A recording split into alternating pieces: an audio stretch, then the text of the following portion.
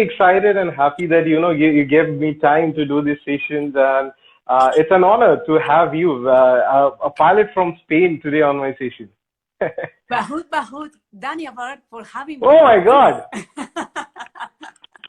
That's an additional that I received. That you said this thing. So I would ask you, how, if you can describe your journey, like how, where you were born and brought up, and what made you come into this aviation industry and to become a pilot, like how everything happened. Well, I was only 13 years old, and I saw Oh a my God. female pilot on the Okay. terminal building, and I thought that she was the most gorgeous and elegant woman I ever seen. And since that day, the vertigo arrived, because it was like, oh my God, all the things I have to do now to become like this woman. And it was the first time I was flying an airplane. And so when we landed in New York City, I saw her, and it was like an apparition to me, like, wow, So everything started there. Okay, so you saw her basically on the airport? Yes, I saw a female pilot speaking on a phone Okay. booth, because we are talking about year 1991. That's quite Oh a my long time goodness. ago. That's a long back. Yes, I'll be turning 43 next year, so that's quite a long time. I was See, only if 13. you don't disclose your age, nobody can say that you are right now 43 years old. You extremely don't look like that. Well, thank you so much. Yeah, definitely. So I want to ask you where you were born. Like, you were born in which part of the Spain, and where you did your educations. And after your 12th, you came into aviation, or you did other studies? Well, after a study, I became a part of aviation, and I was born in Elche, Alicante. Okay. It is located in the southeast coast, or let's say east coast of Spain. And I told my dad that I really wanted to become a pilot, so to my mother, and they were supporting me since the first day. I just wanted to do it, and because nobody in my family was related to aviation, so it was kind of, where did you get that from? And because at that time, people used to be, if somebody in your family was in this industry, it was much easier. Yeah, true. So, but now, hopefully, for people who are not, we don't have people, family related, and now we have more opportunities. So it's good. You are the torch bearer of your family in the aviation industry. Yeah, I'm the first one. that they are so happy for you. Like, they really appreciate this thing. Thank you so much. Yeah. So whenever I do this session to all the pilots, I ask these questions, and I personally feel that this is a very logical question. That is, aviation industry is something which is described as an industry with a lot of luxury life, first class stays, so beautiful everything going around, traveling around the globe. But somewhere or the other, I personally feel that that hard work also lies behind the lens. You people are doing an amazing job traveling. It shows traveling, but there are a lot of things going in the background. If you can just share that hard work behind this glamour. Well, Bim, about today, for instance, my alarm clock was set at 4 a.m. in the morning. Okay. Yeah. But, I just was awake around 2:30 in the morning. So I was like reading a book, and I was, okay, I have to go to fly. And every single day, well, most of the time, you see the glamorous part, all the lights and, the fancy part. But behind the scenes, you have to be prepared. And by being prepared, I mean that you have to study a lot, and to prove that your skills are good enough to be in charge of an airplane. And then, if you don't like to get up really early in the morning, forget about it, because this is not your profession. Because most of the times, we are really early birds. It's like to get up at 4, at 5, and I mean, I would say that most of the people don't see that part. because we have, I mean, this is a job, it's a really passionate job, but it's just a vocation. And it's like a calling. Vocation comes from Latin, to be called, you know, when you really feel that's what your spirit is asking you to do. That's a vocation. It's something that you really, really feel like it. So it's so important that you have your determination on that, but you have to pay a price too, meaning early times, meaning many hours during the day. It's not a 9-to-5 job. We have a really nice office with the best views in the house, but but you have to pay a price, and the price is meaning time, effort, and of course you have to have a family who really supports what you're doing. Exactly. So a lot of people might not be knowing that you were also flying today, and you just came home, because we were having a small discussions before the live, and you said, I just came home. So where were you flying today? I flew from Valencia to Palma de Mallorca. Okay. And the islands, and then back. So, you know, now flying became so, you've been into this industry for how many years? It's been now 24 years now. My goodness. Like, you know, for me, you are one of the senior most I'm doing session till now, like who has done for so many years. Well, thank you. Thanks. Yeah. So as you are the senior most, you know, for me right now, so I will ask you one thing that, you know, a lot of aviation enthusiasts, rather the young minds, those who want to be a future pilot and want to be stars in the aviation industry, they're really worried that is it the right time to spend money on CPL, because a pandemic is going on, and getting a particular job is a very scary thing for people. So what you want to suggest to them? Well, you know, we have no idea what is the tendency will be in the next couple of years. We have, you know, we were the really good period for aviation, for the industry, a really golden one, I will say. And I mean, taking your CPL takes time. It's not something that you do overnight.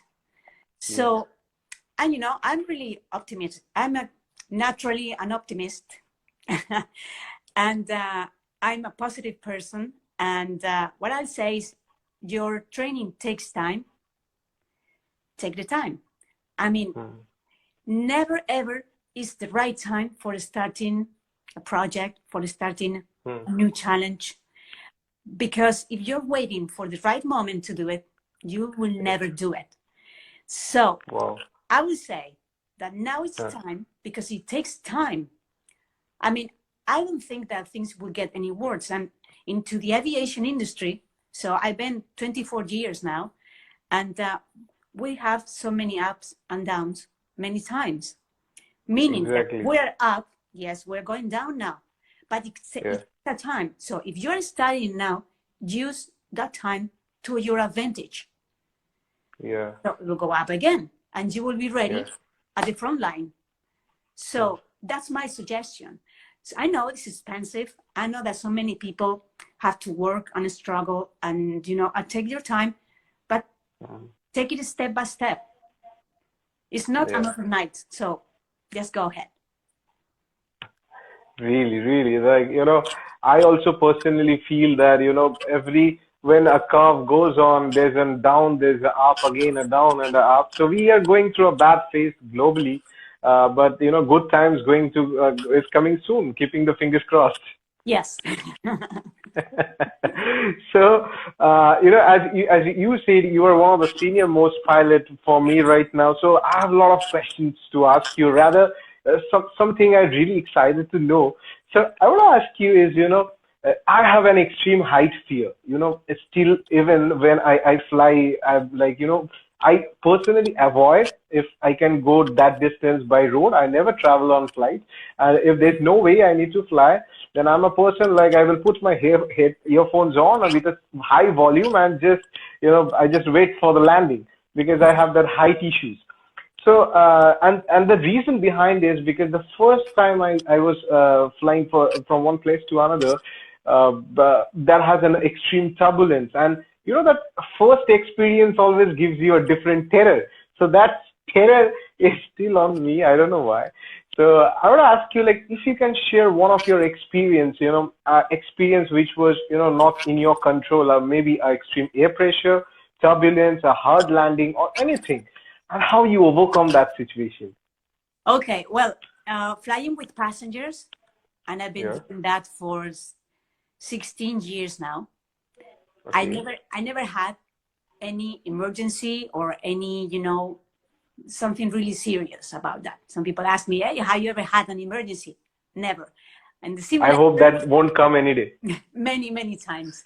But turbulence, yes. I had experienced, let's say, medium to heavy turbulence on board. And let me tell you, Beam, that number one, the airplane is designed to cope with that, meaning it will never, ever break down. So keep that in mind. Some people think, oh, we are about to break. The only problem with turbulence, if you are not with your seatbelt fastened, then you are in risk. Because you might get out of your, wherever you are, or you might get, something coming from the bin, a baggage or a bag from top on your head. So all the bins should be secure and your seatbelt fastened. And about the experience that I had, I was just flying, and the people start screaming, and when there's somebody who starts the first, there is someone 3 or 4 rows ahead screaming again, and okay, if you are scared, I'm scared too, because we are allowed to be scared. It's True. a human being. We are just like that. We are just waiting to see who is the first to be scared and then scream. So they were like, oh my God, we are going to die. And they were telling the flight attendant, we are going to die. And you know about that. And say, no, we are not going to die. We just landed. And really, it was the approach was taken in an airport surrounded by mountains. And the wind was really bumpy. So if this is a mountain and, they have like the tops and the crest, the wind blowing from this direction is giving all the way, so the shape of the mountain. So when the aircraft is crossing, then you're moving because of the wind coming from the side. So we were like that, really, really, really bumpy. But the only thing that I can tell you is fasten your seatbelt. And then we landed and it was okay. I mean, pilots, we are not going to put the aircraft at risk. Never, ever. Number one, we are on board, okay? Yeah. So we are not saying, okay, well, just we just think that this is a good decision. No, this is that decision that we are making. And number two, the airplane will handle that. And of course, the thing to take into account is that the manufacturer is giving us a demonstrated crosswind maximum speed, meaning that if the wind direction into the runway, the crosswind component of the wind is higher or is above that amount, that limitation, we are not landing there. Because the manufacturer says, or the manufacturer has certified that the airplane is not safe under these conditions. So that's why never ever be afraid of that. The airplane will never ever break. And this is I help people to overcome their fear of flying too. And about the airplane, for instance, and the turbulence, I always say this. Have you ever had pudding or jelly? Yeah. For dessert? Okay. Yeah. So now imagine a really, really big bucket with pudding. Okay? Fill with that to stop. And so the aircraft is just, we just placed an aircraft. Just imagine it's a plastic aircraft, a small one. Just in the middle, in the center. And then we just start moving the bucket. The airplane will move but the airplane will continue flying. Why? Yeah. Because what is supporting the aircraft flying is just the air. And the air is a magic fluid, meaning that we don't see it, but it is. So if there is air, there is flying, there is aircraft. So if we are moving it, okay, we will have just a bumpy thing, a bumpy scenery, but that's all good. That's about all. Wow. Wow. So amazingly you explained the thing. I was listening like a little kid, like, somebody is telling me an amazing story. Thank you. So you actually explained me the process. So I won't think if I will still fear while flying for the next time. Okay.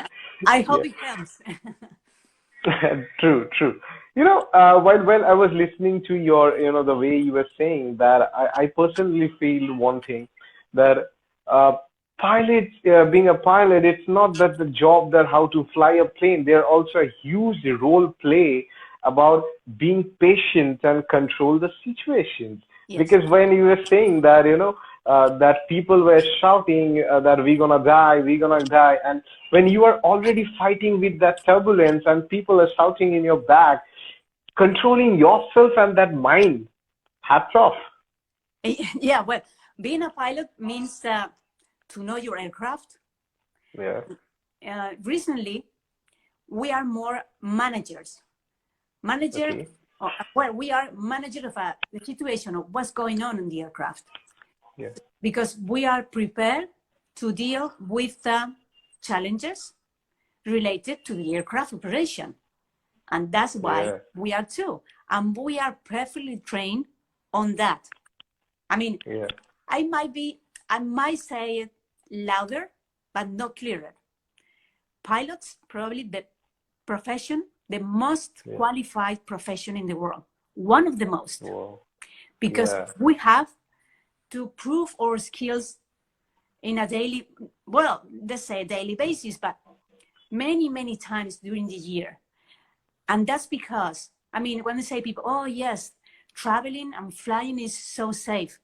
Oh yes, you will have 30 more times an accident by car, by road, blah, blah, blah. And now you're flying. Yes, we're flying, and we are really qualified for that. So meaning that skills and meaning that there is a lot of work to be done and to study. So I encourage aspiring pilots to study and to keep the dreams on there, to fight for the dreams and to keep them, because it's awesome. It really is. Yeah. It's so amazing. Like, when I come to know so many beautiful things the way you described, I want to ask you, how do you manage your time? Like, being a pilot, you were an author, you were an amazing speaker, and you do so many other stuff. Like, how do you get your time to, balance so many things? Yeah, that's a good question. It's just about timing, organizing yourself. I'm also a mother. I have an 8-year-old, a girl. She's only 8. Yeah. And so, it's about taking, priorities and then managing your time. So, because I think there's more to life than success. Because that's a good question too about success. I mean, what is success? It's whatever makes you happy. It doesn't, it's not about if you are famous or if you are, you have a really large following on social media. It's about what makes you happy. It's about connecting with yourself, and that's success. So I think the key for that is just doing whatever you think is life about. I mean, a job, a family, friends, and once you have all these 3, I would say those are my basic pillars for living. True. What kind of experiences do you want to have? What kind of people do you want to be surrounded about? And that's success. Exactly. So I personally believe this thing. Yesterday also I was doing a session with another pilot. I was saying that I personally believe nowadays that it's better to have 2 or 3 friends, or rather than you having a lot of people around you than just one or two people around you and the most trusted people around you. Exactly. Yeah, being there's a beautiful thing goes on social media that is a lot of people loves you. A lot of people say that Lourdes, I just love your content. I like your writings. You are an amazing pilot, which feels good, But at a certain point of time, I personally feel that there's something also goes around that's called social media hatred. Nowadays a lot of people don't know anybody, just saying some negative comment or anything like that. So I want to ask you, does this thing affects you in a person, or how do you look into it? Well, number one, Yeah. I would say, do you know that person? That would be No. number one. Number two, Okay. does this person know you? So Exactly. if this person doesn't know you, I was about to say a swearing word. I wouldn't say that with Beam, but who cares? I mean, Exactly. Who are you to judge me? Yeah. Who are you to be walking on my shoes if you don't know me? So it's just about like let them be. I mean, it's about their belief. It's nothing to pay attention about. That's my opinion. Yeah, I also feel the same, at some point of time. So really thankful that you gave this opportunity to do with you. And I learned a lot of things from you today. And you might be tired, like flying throughout the day. And please take your rest. And it's a pleasure to have you on my station. Thank you. Thank you so much. Yeah. Okay. Take care and have a nice day and keep going this good work and inspire us. Thank you. Thank you so much. And take care, Beam. Yeah. I hope I just you should come to India sometimes and travel to our beautiful country. Of course, I will sometime. Yeah. It's on my list, and I would love to go because I never been before. Yeah, you should. Okay, bye bye. Take care. Bye bye. Yeah.